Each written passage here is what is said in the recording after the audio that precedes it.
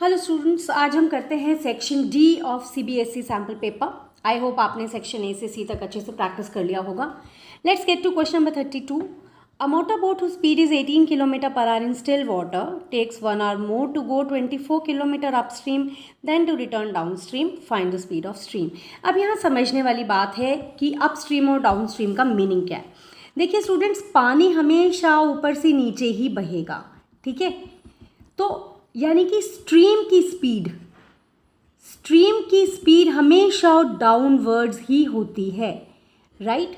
तो ये upstream downstream वाले क्वेश्चन एक जैसे होते हैं, ये आपको चैप्टर 3 में भी काम आएंगे। तो फिर जब पानी हमेशा डाउनवर्ड्स होता है तो अपस्ट्रीम और डाउनस्ट्रीम का मतलब क्या है? तो अपस्ट्रीम का मतलब है कि हम ऊपर की तरफ जा रहे हैं, हम यानी कि तैर कर जा रहे हैं या बोट में जा रहे हैं या स्टीमर में जा रहे हैं।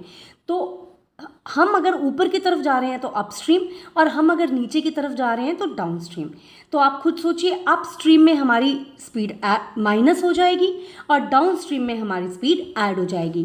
किससे ऐड हो जाएगी वो समझते हैं। हम कहेंगे let speed in still water. दो तरह की स्पीड होती है, स्पीड इन स्टिल वाटर। अब इस क्वेश्चन में हम उसे लेट नहीं कर रहे हैं, इस क्वेश्चन में हमें गिवन है कि motor boat who speed is 18 kilometre per our in still water. तो ये मोटर बोट की स्पीड 18 किलोमीटर पर आवर है, और अगर ये आपको गिवन ना हो तो आप एक्स लेट कर लोगे। तो हम लेट करेंगे let speed of stream. Speed of stream लिख सकते हो, वाटर लिख सकते हो, करंट लिख सकते हो, रिवर लिख सकते हो, is x kilometre per our. अब खुद सोचिए, स्पीड अप स्ट्रीम का मतलब हम ऊपर की तरफ जा रहे हैं, पानी तो हमेशा नीचे की तरफ आता है, ठीक है। तो स्पीड अप स्ट्रीम में से क्या हो जाएगा, हमारी स्पीड में से पानी की स्पीड माइनस हो जाएगी। देखिए, पानी की स्पीड हमेशा छोटी होनी चाहिए हमसे। अगर पानी की स्पीड ज़्यादा होगी हमसे तो हम तो कभी पानी को ओवरकम ही नहीं कर पाएंगे, है ना। तो हमेशा स्ट्रीम की स्पीड कम होती है, वो माइनस होगी। और स्पीड डाउन स्ट्रीम का मतलब क्या है कि पानी तो नीचे जा ही रहा है, हम भी नीचे जा रहे हैं, तो हमारी स्पीड जो है ऐसे में ऐड हो जाएगी। देखिए, जैसे आपने कभी साइकिलिंग करी हो तो हवा की स्पीड जिस डायरेक्शन में होती है, अगर हम भी उसी तरफ जा रहे हैं तो हम स्पीड अप हो जाते हैं, और अगर हम हवा के अगेंस्ट जा रहे हैं तो हमारी स्पीड कम हो जाती है। लेकिन हवा किसी भी तरफ जा सकती है, बट पानी हमेशा ऊपर से नीचे की तरफ ही आएगा। तो ये 4 स्टेप्स जो हैं ये सभी स्ट्रीम वाले क्वेश्चंस में कॉमन रहेंगे। यहाँ आपको स्पीड इन स्टिल वाटर दे रखी है, ना दे रखी हो तो आप एक्स और वाई मान लेंगे। Speed upstream X minus Y हो जाएगी, speed downstream X plus Y हो जाएगी। तो ये 4 स्टेप सभी स्ट्रीम वाले क्वेश्चंस में कॉमन रहेंगे। अब आगे वो कहते हैं कि 1 घंटा ज़्यादा लगता है अपस्ट्रीम जाने में rather than to come downstream, ठीक है। तो टाइम टेकन अपस्ट्रीम क्या हुआ मुझे बताइए। टाइम टेकन अपस्ट्रीम हमने साइंस में करा हुआ है ना। क्या किया है, distance is equal to speed into time. तो टाइम का फॉर्मूला क्या हो गया, distance divided by speed. Distance हमें दिया हुआ है 24 किलोमीटर्स, और स्पीड कितनी है हमारी अपस्ट्रीम में, 18 माइनस एक्स। इसी तरह हम निकालेंगे अब टाइम टेकन डाउनस्ट्रीम। डिस्टेंस वही है क्योंकि उन्होंने कहा है to return to the same spot, तो डिस्टेंस उतना ही है, स्पीड हमारी 18 प्लस एक्स है। Now further in the question they say it takes 1 our मोर। 1 घंटा ज़्यादा लगता है अपस्ट्रीम में। अब आप खुद सोचिए, ऐसे क्वेश्चंस में मैं हमेशा बोलती हूँ कि जो डिफरेंस ऑफ टाइम है उसे एक तरफ कर दो। कभी ये मत करो कि इसमें 1 ऐड करना है या इसमें 1 सब्ट्रैक्ट करना है। अब किस में ज़्यादा लगा है, अपस्ट्रीम में, तो ऑब्वियसली अपस्ट्रीम पहले आएगा। 18 minus X minus 24 over 18 plus x is equal to 1। ये हमारी बन गई इक्वेशन, और यही इंपॉर्टेंट काम है। और वैसे भी यहाँ पे रुक के एक बार सोचिए, जो डिनोमिनेटर छोटा होता है वो नंबर बड़ा होता है, राइट। तो देखिए, क्या ये डिनोमिनेटर छोटा है इससे कि नहीं, ऑब्वियसली छोटा है। तो यहाँ पे आके आपने हमेशा एक बार रुक के अपने आप को चेक करना है। Further is just the calculation, वो आप चाहे जैसे कर सकते हैं। यहाँ मैं 24 कॉमन ले रही हूँ। 1/18 minus X minus 1/18 plus x is equal to 1। So 18 minus x into 18 plus x is the LCM. So these are the calculations. यहाँ माइनस का आपने ध्यान देना है, माइनस है तो साइन दोनों के चेंज हो जाएंगे। -18 plus x is equal to 1। Now this gets cancelled. 2x into 24 is 48x is equal to 1 into 18 minus x into 18 plus x will be 324 minus x square. इनको हम रीअरेंज कर लेंगे, we get x square plus 48x minus 324 is equal to 0। And अब ये आपका बन गया splitting the middle term का question, x square plus 54x minus 6x। देखिए स्प्लिटिंग द मिडिल टर्म बहुत बहुत इंपॉर्टेंट टॉपिक है, ये आपको हर टॉपिक में आ जाता है बीच में। So this gives you x common x plus 54 minus 6 common x minus minus plus and 324 को जब 6 से डिवाइड करेंगे we get 54 is equal to 0। Now again x plus 54 common and x minus 6 is equal to 0. Now either this is equal to 0 or this is equal to 0. So we get x is equal to minus 54 and x is equal to 6. Clearly we will reject this and x is equal to 6. So 6 kilometre per our जो है ये हमारा answer हो जाएगा। So speed of stream is 6 kilometres per hour. चलिए अब हम चलते हैं इसी के और वाले पार्ट में, और ये मैं आपको याद दिला दूं कि ये डिलीटेड एक्सरसाइज का क्वेश्चन है क्वाड्रेटिक इक्वेशंस का। तो students once again I will remind you कि मैं एक वीडियो अपलोड करने वाली हूँ जिसमें आपको मैं गाइड करूँगी कि आपने डिलीटेड सिलेबस में से क्या करना है और क्या नहीं करना, वो आपने ज़रूर देखना है। और उसके लिए आप चैनल सब्सक्राइब ज़रूर कर दीजिए and please do comment me if you understand the concepts, आपको क्या अच्छा लगता है और क्या नहीं लगता, या एक वर्ड में एटलीस्ट कुछ भी गुड और बैड समथिंग कमेंट ज़रूर कीजिएगा। 2 water taps together can fill a tank in 9 3/8 hours. The tap of larger diameter takes 10 hours less than the smaller one to fill the tank separately.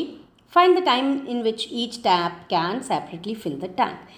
अब ये time के questions हैं जो बहुत ज़्यादा आपकी प्रैक्टिस में नहीं हैं क्लास 9th से, तो लेकिन ये इस एनसीईआरटी में तो बहुत इंपॉर्टेंट है। तो हमें दिया गया है कि 2 वाटर टैप्स मिलकर 9 3/8 यानी 9 8 ज़ा 72 प्लस 3 9 इंटू 8 प्लस 3, हम ऐसे चेंज करते हैं इसको इम्प्रॉपर फ्रैक्शन में, ठीक है। 75/8 आवर्स में 2 टैप्स मिलके फिल करती हैं। तो हम देखते हैं कि अलग अलग टैप्स कितनी देर में मिलके फिल करती हैं, ठीक है। तो लार्जर डायमीटर वाली टैप ने 10 आवर्स कम लिए स्मॉलर वाली से। इसका मतलब हमें लेट क्या करना है, let tap with smaller diameter takes x hours to fill the tank, ठीक है। So therefore tap with larger diameter takes कितने घंटे लगेंगे, 10 आवर्स कम, क्योंकि लार्जर है ना उसका डायमीटर, जल्दी भरेगी, उसमें से पानी जल्दी निकलेगा। तो हम निकालते हैं दोनों का 1 घंटे का काम कितना है, ठीक है। सो स्मॉलर टैप्स 1 आवर वर्क। सोचिए आपने किसी काम को 4 घंटे में किया तो आपने 1 घंटे में कितना काम किया, 1/4। आपने किसी काम को मान लीजिए 2 घंटे में किया तो 1 घंटे में कितना किया, हाफ, आधा किया ना। आपने एक काम को 3 घंटे में किया तो 1 घंटे में कितना किया, 1/3। तो इसी तरह से अगर स्मॉलर टैप ने x घंटों में पूरा फिल किया टैंक को तो 1 घंटे में कितना फिल किया, 1/x। Got it. इसी तरह लार्जर टैप का 1 आवर वर्क क्या होगा, larger taps 1 hour work 1/x minus 10, और इनका मिला के 1 आवर वर्क कितना हो गया, मिला के टुगेदर ये 1/x प्लस 1/x माइनस 10, ठीक है। और दोनों टैप्स मिल के कितनी देर में फिल करती हैं, 75/8 आवर्स में, ठीक है। Together taps fill tank, together taps fill tank in 75/8 hour. तो 1 घंटे में मिल के दोनों ने कितना काम किया, इसका रेसिप्रोकल, ठीक है ना। देखिए x घंटे लगे तो 1/x, x माइनस 10 घंटे लगे तो 1/x माइनस 10। तो अगर 75/8 घंटे लगे तो 8/75, ये हमारा अकॉर्डिंग टू क्वेश्चन बन गया। एंड अगर आपको इक्वेशन बन गई बस आगे तो फिर सिर्फ सॉल्यूशन रह गया, that's it, nothing else to be done. हमने सिंपली एलसीएम ले लेना है, x² माइनस 10x हमने एक स्टेप खा लिया, सीधा मल्टीप्लाई कर दिया, x minus 10 plus x is equal to 8/75। So थोड़ा सा स्टेप हम खा लेते हैं ताकि हमारा टाइम बच जाए। क्रॉस मल्टीप्लाई भी कर दिया, साथ ही से सॉल्व भी कर दिया, is equal to 8x² minus 80x। इनको मल्टीप्लाई कर दीजिए, 150x minus 750 is equal to 8x² minus 80x। सब कुछ एक तरफ ले आएंगे, रीअरेंज कर देंगे। ये इधर पॉजिटिव है तो हम इनको इधर ले जाते हैं, हमें मिलेगा 8x² माइनस 80x, और ये इधर चले जाएगा तो माइनस 150x, ये उधर चले जाएगा तो प्लस 750, और 0 इज इक्वल टू लिखने की बजाय हमने इक्वल टू 0 लिख दिया, ठीक है ना, एक ही बात है। तो अभी हमारी इक्वेशन क्या बन गई, 8x² minus 230x plus 750 is equal to 0। यहाँ पर मैं एक आपको कैलकुलेशन टिप देती हूँ, ठीक है। जब भी कोई चीज़ थ्रू आउट किसी नंबर से डिवाइड हो रही हो, उसको आपको कुछ एक्सप्लेन करने की ज़रूरत नहीं है, डायरेक्टली डिवाइड कर दीजिए, हमारा काम कम हो जाएगा। अब आप देख पा रहे हैं 2 से थ्रू आउट डिवाइड हो रहा है, तो 4x² minus 115x plus 375 is equal to 0। I hope you get this step. So हमें दो फैक्टर्स मिल गए 100 और 15, 4x common, x minus 25 minus 15 common, x plus minus minus, और जब हम इन्हें डिवाइड करेंगे तो 25 ही आएगा। ये दोनों अगर हमारे सेम आ गए तो we are correct. x minus 25 is again common, 4x minus 15 is equal to 0। Now इधर और लगाएंगे हम, इधर x minus 25 is equal to 0, so x is equal to 25, और 4x minus 15 is equal to 0, so 4x is equal to 15, x is equal to 15 by 4, यानी ये आ गया 3.75 hours. अब देखिए हमें एक को रिजेक्ट करना है, लेकिन किस बेसिस पे करेंगे, कोई रीज़न भी तो होना चाहिए ना।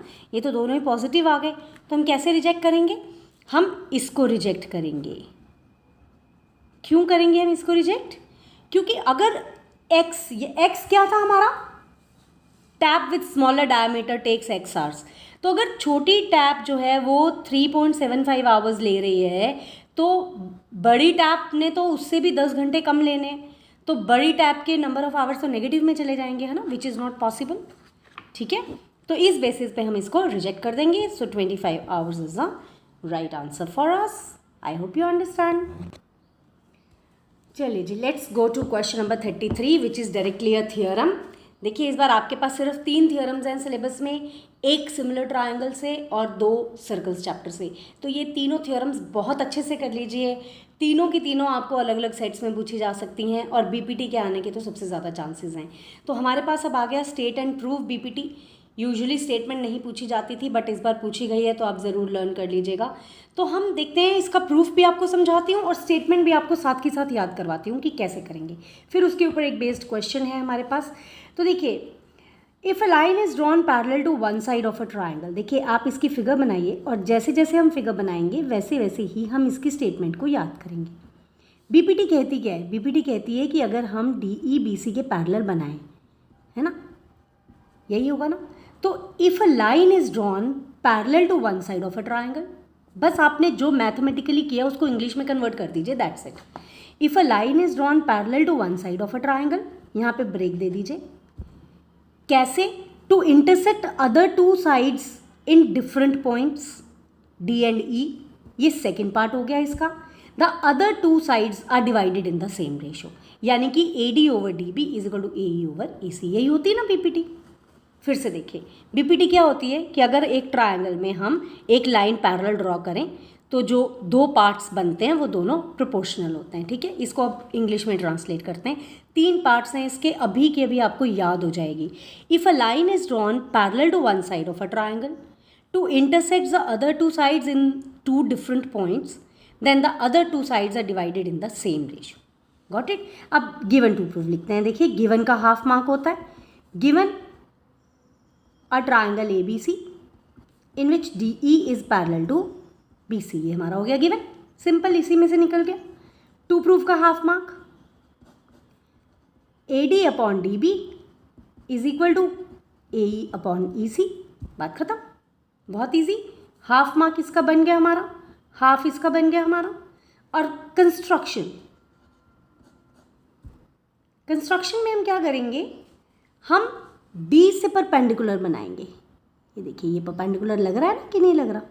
ड्रॉ डी एम ले लीजिए, चलिए आपकी बुक्स में एम है तो मैं एम ही ले लेती हूँ, आपको याद रखने में ईजी रहेगा। कोशिश करके एक जैसे अल्फ़ाबेट्स लीजिए हर बार, ताकि आपको याद रखने में ईजी हो, रट्टा नहीं मारना है। लेकिन और ई एन हमने बना दिया ए डी के परपेंडिकुलर। क्या क्या कर दिया हमने, वही लिख देना है। Draw D M perpendicular to A C and E N perpendicular to A D लिख देंगे, ए बी लिख देंगे, एक ही बात है क्योंकि लाइन तो वही है। यहाँ पे भी ए ई लिख देंगे या ए सी लिख देंगे, one and the same thing, doesn't make a difference. और हमें बी ई और सी डी को ज्वाइन भी करना है, ठीक है, ये भी कंस्ट्रक्शन का पार्ट आ जाएगा, ज्वाइन। तो ये आपने फिगर का रट्टा नहीं मारना है, जैसे जैसे कंस्ट्रक्शन करते जा रहे हो वैसे वैसे लिखते जाओ, दैट्स इट। प्रूफ देखते हैं हम, प्रूफ बहुत ही ईजी है। देखिए हमको A D over B D चाहिए, बस आपको सिर्फ ये ध्यान रखना है यहाँ पर कि हम एरिया को कंपेयर करने से शुरुआत करेंगे, ठीक है।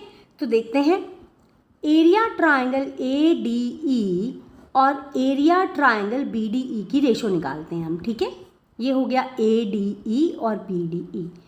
एरिया का फॉर्मूला होता है half into base into height, तो ए डी ई का बेस हो गया ए डी और हाइट हमने ले ली ई पॉइंट से ई एन, और बी डी ई में बेस हो गया बी डी और हाइट देखिए यहाँ पे समझिए, जो ऑब्ट्यूज ट्राइंगल होता है ना, ये ऑब्ट्यूज ट्राइंगल है, इसकी हाइट बाहर की तरफ बनती है, ये बनती है इसकी हाइट।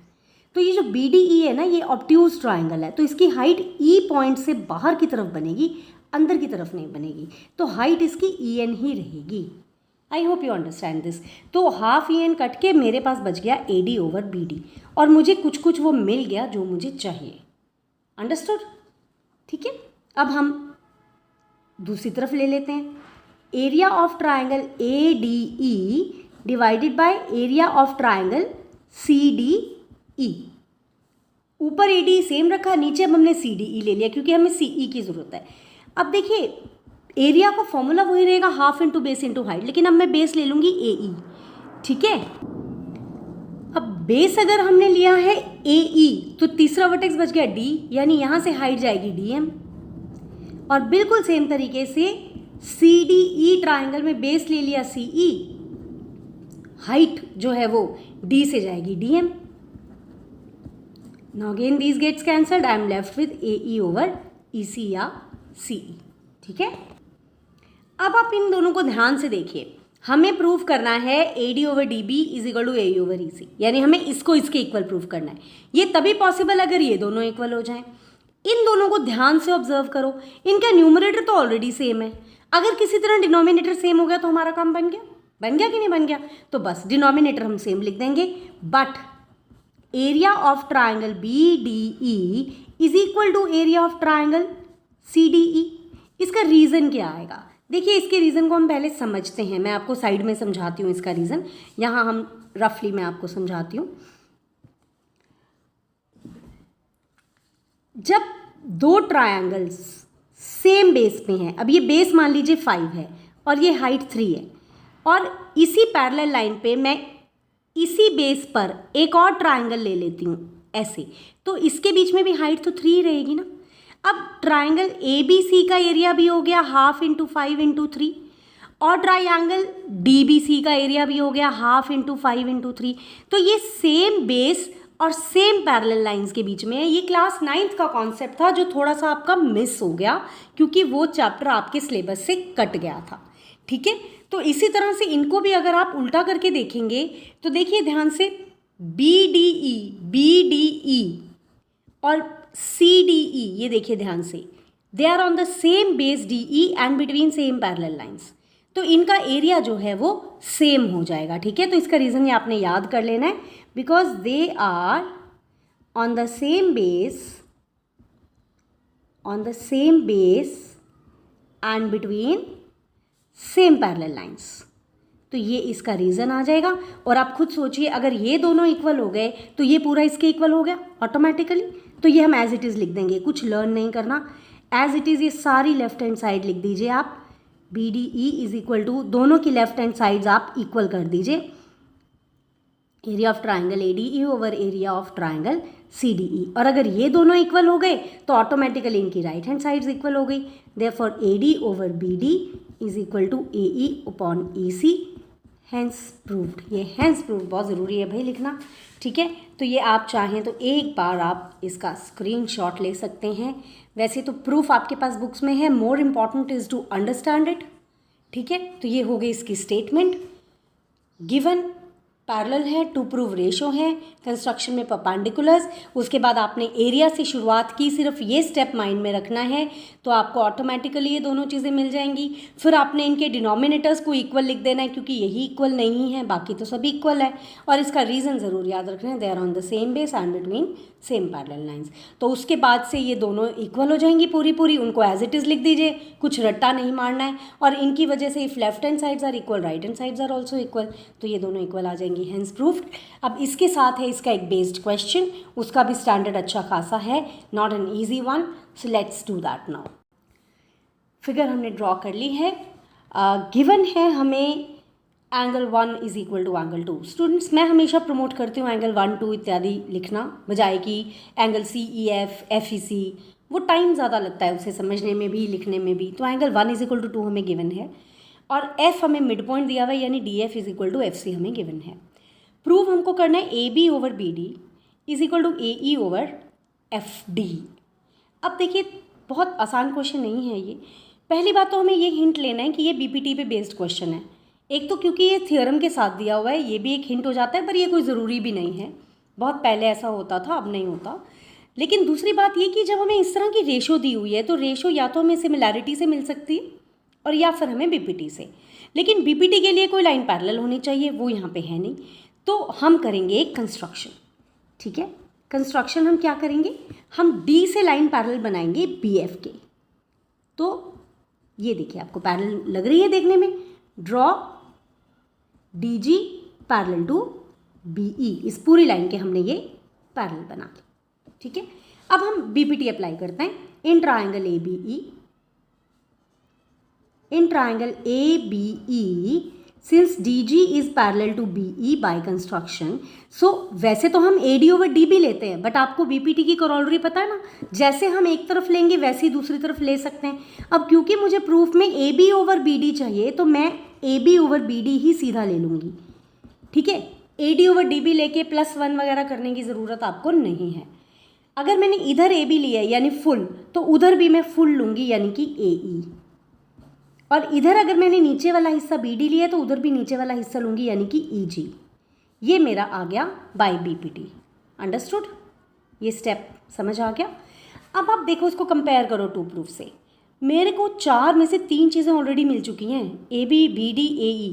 सिर्फ मेरा काम रह गया कि किसी तरह मैं DF को EG के इक्वल प्रूफ कर दूं। ये DF है और यहाँ EG है, अगर मैं इनको इक्वल प्रूफ कर दूं मेरा काम हो गया, राइट। तो चलिए इनके बीच में कुछ रिलेशनशिप ढूंढने की कोशिश करते हैं। अगर मैं ट्राइंगल CDG में, क्योंकि EF DG के पैरेलल है, parts of parallel lines are parallel, है ना, ये अगर कंप्लीट लाइंस पैरेलल हैं तो इसके पार्ट्स भी तो पैरेलल होंगे ना। तो यहाँ पे अगर हम BPT लगा दें, I get CE over EG is equal to CF over DF, है ना, this upon this is equal to this upon this, but CF is equal to DF है मेरे पास already, because F is mid point. तो यहां से मुझे क्या मिल गया, CE over EG is equal to 1, CF और DF कट के 1 आ गए। सो इसका मतलब क्या मिल गया मुझे, CE जो है मुझे EG के इक्वल मिल गया, बट मुझे चाहिए DF के इक्वल। तो CE DF के इक्वल कैसे आएगी, देखिए, मैं I say angle 1 is equal to angle 2, क्योंकि मुझे गिवन है। तो sides opposite to equal angles are equal, therefore 1 के ऑपोजिट CF और 2 के ऑपोजिट CE। तो CF is equal to CE, but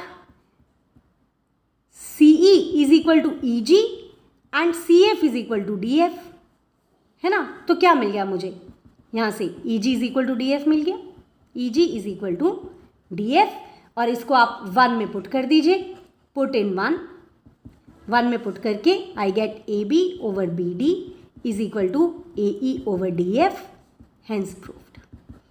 देखिए, बहुत ज़्यादा मुश्किल नहीं है, आप स्क्रीनशॉट लेकर इसे दोबारा कीजिए, मैं यहाँ से आपको दोबारा एक्सप्लेन करूँ। फर्स्ट रेशियो तो बहुत इजी है, यहाँ से आप दोबारा देखें ज़रा, ठीक है।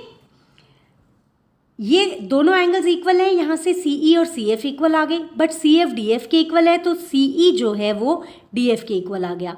और BPT लगाने से, क्योंकि ये दोनों रेशोज इक्वल हैं तो ये दोनों रेशोज इक्वल हुई, यहाँ से CE इक्वल टू EG आ गया, तो यहाँ से दोनों इक्वल आ गए।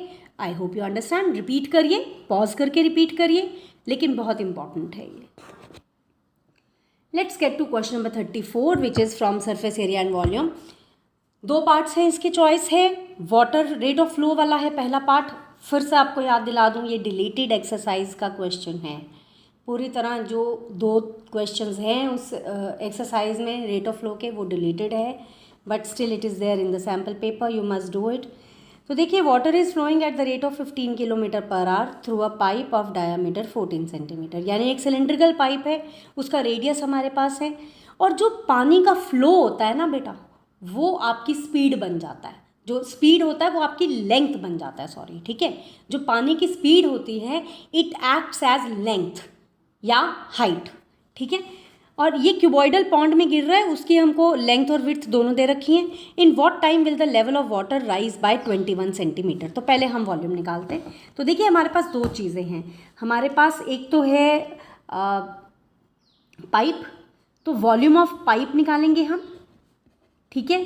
फॉर वॉल्यूम ऑफ पाइप हमारे पास डायामीटर कितना है, डायामीटर है 14 सेंटीमीटर, देयरफॉर रेडियस हो गया 7 सेंटीमीटर. और दूसरा हमारे पास है स्पीड ऑफ वाटर, तो it will behave as height. तो height is given to be 15 kilometre, ठीक है.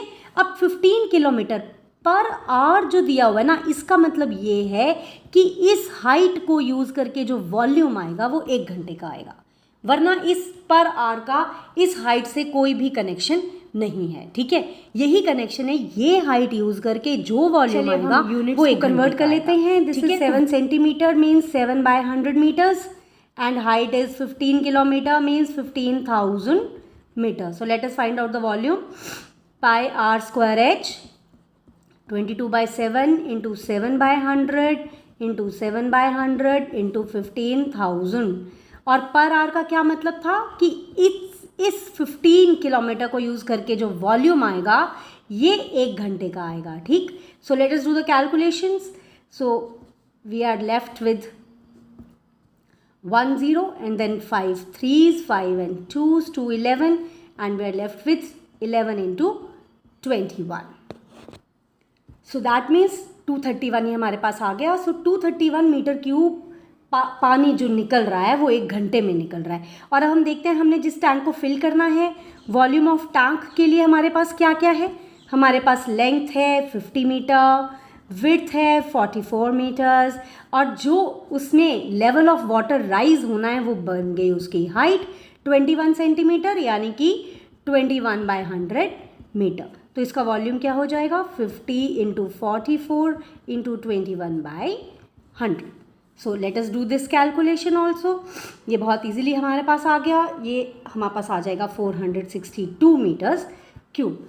अब हमारा क्वेश्चन ये है कि इतना पानी कितनी देर में राइज होगा.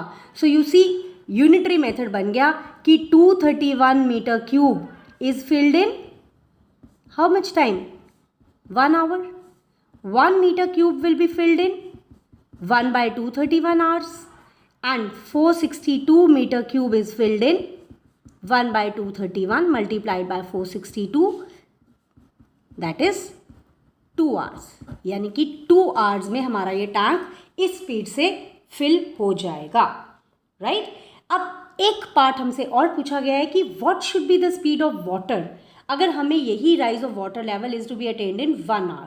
की स्पीड कितनी होनी चाहिए अगर हमें 1 घंटे में ही ये पूरे जो है वॉल्यूम हमें फिल करना है, ठीक है. तो उसके लिए हम क्या करेंगे, अब अगर 15 किलोमीटर पर आवर की स्पीड से हमें 2 hours लग रहे हैं और हमें 1 घंटे में उसे करना है, ठीक है, तो ऑब्वियसली स्पीड डबल हो जाएगी.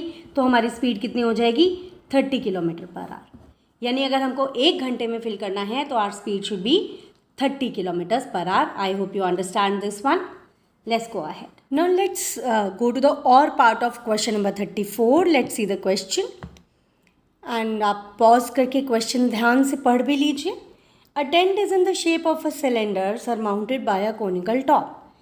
If height and radius of cylindrical part are 3 and 14 and total height is 13.5, find the area of canvas required for making the tent. Keeping a provision of 26 meter square of canvas for stitching and wastage, also find the cost. तो students ये class 8th के level का question है और आपकी 10th की book में भी इस तरह के कॉम्बिनेशन के क्वेश्चंस हैं, बहुत इंपॉर्टेंट है और बहुत ईजी है। Let's see how do we go about it. So this is a cylinder mounted by a cone और हमें डायमेंशंस दी हुई हैं। Height and radius of cylindrical part is 3 and 14 meters. So 14 meters is the radius respectively है, तो height पहले बोला है तो 3 metre is the height and total height of tent is 13.5। देखिए टोटल हाइट ऑफ टेंट ये हो गई, ठीक है, ये हमें टोटल दी हुई है 13.5 जिसमें से कि 3 तो यहाँ पे एडजस्ट हो गई, तो यानी कि कोनिकल पोर्शन की हाइट हमारे पास कितनी हो गई 10.5, ठीक है ना।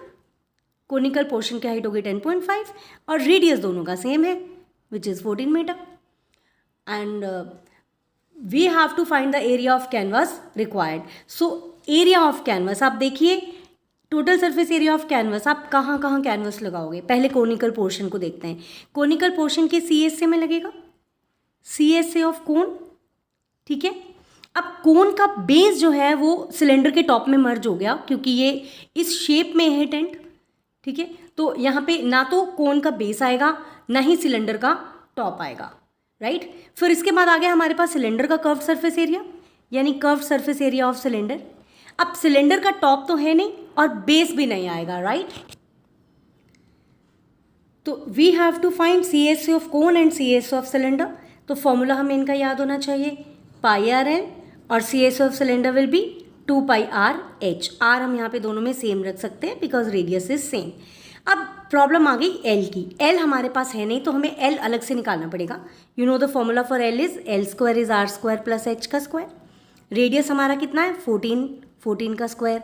हाइट हमारी है यहाँ पर 10.5 तो 10.5 का स्क्वायर।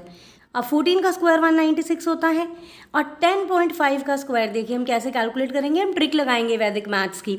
ये ट्रिक आप मेरे शॉर्ट्स में अलग से भी देख सकते हो। तो जो नंबर्स एंडिंग इन 5 होते हैं उनके स्क्वायर के लिए उनसे पहले वाले नंबर को उसके नेक्स्ट डिजिट से मल्टीप्लाई कर दो। जैसे 10 है तो 10 × 11 हमने कर दिया, कितना आ गया 110 और आगे लगा दो 5 का square 25।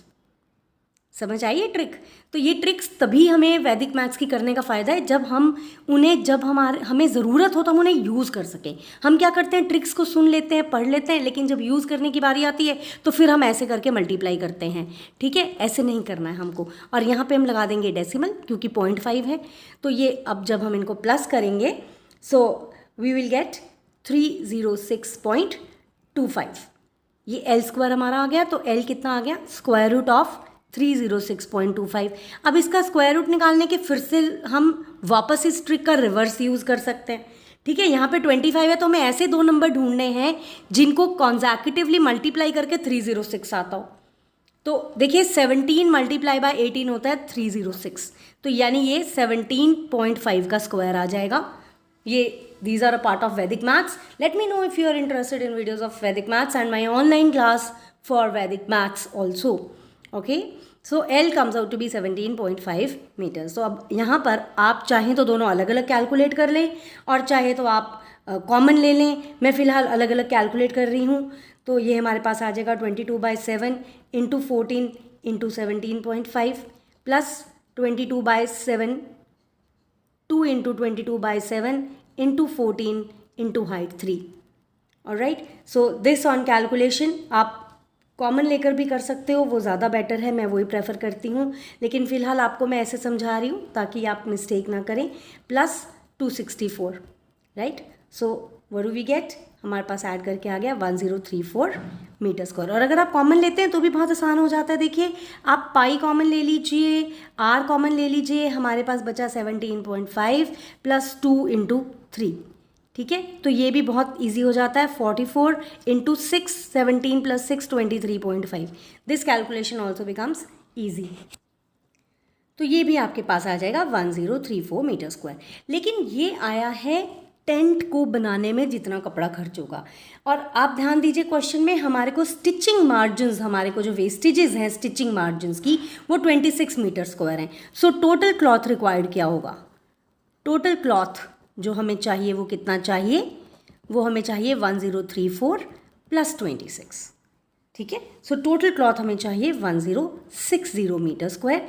And now about the cost. Cost हमारी है ₹500 पर metre square, so total cost हमारे पास क्या हो जाएगी 1060 multiply by 500, so this gives you 5,30,000 rupees. Unit आपने ज़रूर लगाना है, हाफ मार्क आपका यूनिट का डिडक्ट हो सकता है। So with this we come to the last question of section D, and it is question number 35. You have to find the values of P and Q if median of the data is 50 and sum of all frequencies is 90. Also find mode. देखिए इस तरह का question पहली बार आ रहा है कि पहले P और Q की वैल्यू भी निकालनी है, फिर ऊपर से मोड भी निकालना है। अदरवाइज इतना ही क्वेश्चन सफिशिएंट हुआ करता था। I must say this sample paper is quite a lengthy one, तो अपना टाइम मैनेजमेंट पे बहुत फोकस करिएगा, ठीक है। So you are given that median is 50। तो देखिए दो वेरिएबल निकालने हैं, हमें दो इक्वेशंस चाहिए, and sum of all frequencies is 90। तो एक इक्वेशन तो हमें यहाँ से पहले मिल ही जाएगी और उसका हमें एक नंबर भी बड़े आराम से मिल जाएगा। तो हम सिंपली इन सबको प्लस कर देंगे और प्लस करके इनका सम 90 आ जाएगा। तो सबसे पहली इक्वेशन तो मैं यही बना रही हूँ, P + Q + 78 = 90। This gives me P + Q = 12। ये मेरी पहली इक्वेशन आ गई। Got it. अब देखिए मीडियन मुझे 50 दिया हुआ है। अब 50 किस में लाई करेगा, ये ओवरलैपिंग क्लास इंटरवल्स हैं, तो 50 इस क्लास में लाई करेगा, ठीक है। तो ये हो गई मेरी मीडियन क्लास। और आपको पता है मीडियन के लिए हमें CF की भी ज़रूरत होती है। तो मीडियन का फॉर्मूला हम देख लेते हैं पहले, L + n/2 - CF upon frequency into width of the class interval, ठीक है। तो ये फॉर्मूला आपको बिल्कुल याद होना चाहिए मीडियन और मोड दोनों का। इसके लिए हमें चाहिए CF यानी क्यूमुलेटिव फ्रीक्वेंसी, तो हम पहले वो निकाल लेते हैं। अब 20 से 30 में अगर P है तो बिलो 30 भी तो P ही रहेंगे ना, लेस देन टाइप यूज़ करते हैं हम इसमें। अब सेकेंड फ्रीक्वेंसी में क्या आ जाएगा हमारे पास, P + 15, ये 15 ऐड हो जाएगा। अब इसमें ये 25 ऐड हो जाएगा तो P + 40, इसमें ये 20 ऐड हो जाएगा तो P + 60, इसमें ये Q ऐड हो जाएगा तो P + Q + 60, 8 ऐड हो जाएगा P + Q + 68, और ये 10 ऐड हो जाएगा तो P + Q + 78। अब देखिए यहाँ से भी आप ये वाली इक्वेशन ले सकते हो, जो इन सब का सम टोटल आया है, लास्ट वाला सम टोटल होगा वो 90 के इक्वल हो गया। और आप यहाँ से भी काउंट करके कर सकते हो, क्रॉस चेक भी हो जाएगा। अब देखिए मीडियन हमें दिया हुआ है 50, सो 50 = lower limit of the median class, ये लेते हैं हम 50 + n/2 यानी 90/2 45 माइनस CF हम लेते हैं ऊपर वाली, ठीक है। तो -P + 40, तो यहाँ आपने ध्यान रखना है -P - 40, ये एक पॉइंट है जहाँ मिस्टेक हो सकती है। तो -P - 40 डिवाइडेड बाय फ्रीक्वेंसी हम लेते हैं मॉडल क्लास वाली, ये आपने दोनों बातें ध्यान रखनी है। 20 × H यानी कि width of the class interval, जो कि हो गया 10। Got it? अब हम इसे सिंप्लीफाई कर लेते हैं। ये 0 से आपका 0 कट ही चुका है। ये 50 उधर ले जाइए, ये हो गया 0 = 45 - P - 40, सो 0 = 5 - P और P = 5, ठीक। तो P हमारे पास आ गया 5, और हमें मालूम है कि P + Q 12 है, तो P + Q 12 में जब हम P को पुट कर देंगे तो हमारे पास Q आ गया 7, ठीक है। तो this seems to be a good answer. अगर आपकी ये वैल्यूज़ नेगेटिव आ रही हैं, फ्रैक्शन में आ रही हैं, तो इसका मतलब आप 101% गलती पर हैं, आप मिस्टेक कर रहे हैं, क्रॉस चेक कर लीजिए। 0 आ रही है तो भी चेक कर लीजिए एक बार, क्योंकि यूजुअली 0 नहीं आती है। हाँ, हम ये नहीं कह सकते कि 0 आ ही नहीं सकती, ठीक है। चलिए अब हमको मॉड भी निकालना है इस क्वेश्चन का। तो मॉड के लिए हम पहले तो फॉर्मूला लिखेंगे और मॉडल क्लास चूज़ करेंगे। देखिए मॉडल क्लास क्या होती है, जिसमें मैक्सिमम वैल्यू जिस क्लास में होती है वो हमारी मॉडल क्लास होती है। एंड ज़्यादातर मॉडल और मीडियन क्लास सेम होती हैं, बट कोई ज़रूरी नहीं है। जैसे इस क्वेश्चन में है P और Q की वैल्यू हमें मिल ही चुकी है 5 और 7, तो ये तो बहुत कम है, ठीक है ना। तो हमारी मॉडल क्लास हो गई ये वाली 40 to 50, ये हमारी हो गई मॉडल क्लास। इसमें हमें CF की ज़रूरत नहीं है। तो इसमें देखिए आप इन तीनों पे टिक लगा लीजिए, इन तीनों की हमें ज़रूरत पड़ेगी 0 1 2 आप लिख भी सकते हो, ठीक है। मॉड का फॉर्मूला हमारे पास क्या होता है, L plus F1 minus F not upon twice F1 minus F not minus F2 multiply by H। देखिए रट्टा मारने की ज़रूरत नहीं है, L प्लस तो दोनों में है। हाँ, यहाँ पे एक बच्चे बहुत गलती करते हैं, L प्लस नहीं करते, मल्टीप्लाई कर जाते हैं, ये ध्यान रखना है आपने। उसके बाद ये 3 फ्रीक्वेंसीज है ना, आपने इनको बारी बारी से ले लेना है, दैट्स ऑल, ठीक है। ये आपकी F1 हो गई, ये F0 हो गई, ये F2 हो गई। तो अब L हो गई हमारी 40 प्लस 25 माइनस 15, यानी जो मॉडल क्लास है उसी से शुरू करना है, उसमें से एक बार ऊपर वाला माइनस करना है और डिनोमिनेटर में इसी का डबल करके 2 इंटू 25 करके एक बार ऊपर वाली माइनस कर दीजिए, एक बार नीचे वाली, बस बात ख़त्म। और अगर आपने वैल्यूज़ पुट करी हैं तो चाहे फॉर्मूला भी आप ना लिखें तो चल जाएगा, हालांकि हाफ मार्क होता है फॉर्मूले का, बट कम से कम ये कि फॉर्मूले को रट्टे मार के गलत वैल्यूज़ करने से बेटर है कम से कम आप वैल्यू ज़रूर ठीक पुट करें। सो let us solve it out. 40 plus 10 upon 50 minus 35 यानी कि 15 इंटू 100 इंटू 10 यानी कि ऊपर हो गया हमारे पास 100। सो दिस गिव्स यू 40 प्लस, अगर मैं 5 से डिवाइड करूँ 20/3। और यहाँ एक आपको कैलकुलेशन टिप दूंगी, never take LCM of these two. यहाँ तो छोटी छोटी वैल्यूज़ हैं, बड़ी वैल्यूज़ भी हैं, एलसीएम कभी ना लो, आपका काम बढ़ेगा। आप सिर्फ इतने को सॉल्व करो। देखिए 40 प्लस, अब 20 को 3 से डिवाइड करेंगे तो क्लियरली वी नो दैट 6 आएगा, 3 6 18, 2 बचा, फिर 3 6 18, 2 बचा, 6.66 और राउंड ऑफ कर देंगे तो 67। सो हमारे पास 46.66 या आप राउंड ऑफ करें तो 46.67 आपके पास मॉड आ जाएगा। और ये मार्क्स हैं तो 46.67 मार्क्स, ठीक है, ये आपके पास आ गया mod. And with this we come to the end of section D. I have already uploaded sections A, B and C. Students sample papers को बहुत ध्यान से कर लीजिए। CBSE ने और भी मटेरियल अपलोड किया है, as and when I'll get time मैं आपके लिए ज़रूर अपलोड करूँगी।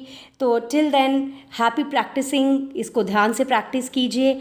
And yes, please do not forget to subscribe. Okay, and if you will give me an encouraging comment, it will really motivate to make more videos. Share it with your friends whom you need, that they might be in need of the video. Stay tuned. हम मिलते रहेंगे doubt classes के ज़रिए, और contact me in the comment section. Thank you so much. All the very best.